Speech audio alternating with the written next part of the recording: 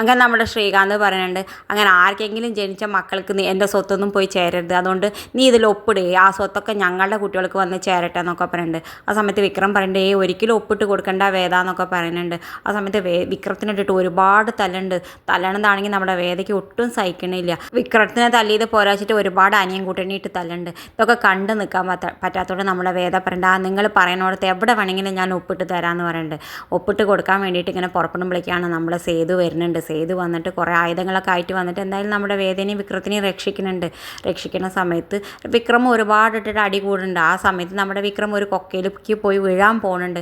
ഇത് രക്ഷിക്കാൻ വേണ്ടിയിട്ട് നമ്മുടെ അനിയൻകുട്ടൻ ഓടി ചെല്ലണ സമയത്ത് നമ്മുടെ അനിയൻകുട്ടനെ നമ്മുടെ വർഷയുടെ അച്ഛൻ വെടിവെച്ച് കൊല്ലുന്നുണ്ട്. അനിയൻകുട്ടന് വീണ് കണ്ടിട്ട് നമ്മുടെ വിക്രത്തിനാണെങ്കിൽ ഒട്ടും സഹിക്കാൻ പറ്റുന്നില്ല. വേദയാണെങ്കിൽ ഇത് കാണുമ്പോൾ വേദയാണെങ്കിൽ മയങ്ങി വീഴുന്നുണ്ട്. വിക്രമാണെങ്കിൽ നമ്മുടെ അനിയൻകുട്ടനെ രക്ഷിക്കാൻ വേണ്ടിയിട്ട് ഓടി വരണമൊക്കെ ഉണ്ട്. പക്ഷേ എന്തായാലും അപ്പോഴേക്കും അനിയൻകുട്ടൻ മരിക്കുന്നുണ്ട്. നമ്മുടെ വിക്രമാണെങ്കിൽ നമ്മുടെ വർഷയുടെ അച്ഛൻ്റെ തോക്കിൻ്റെ മുന്നിലേക്ക് നിന്ന് കൊടുക്കേണ്ട അവസ്ഥയിലേക്ക് എത്തുന്നുണ്ട്. എന്തായാലും വിക്രത്തിന് എന്താ ചെയ്യേണ്ടതെന്ന് അറിയാതെ അവിടെ നിൽക്കേണ്ടത് കാണിച്ചുകൊണ്ടാണ് ഇന്നത്തെ പ്രൊമോ അവസാനിക്കണത്.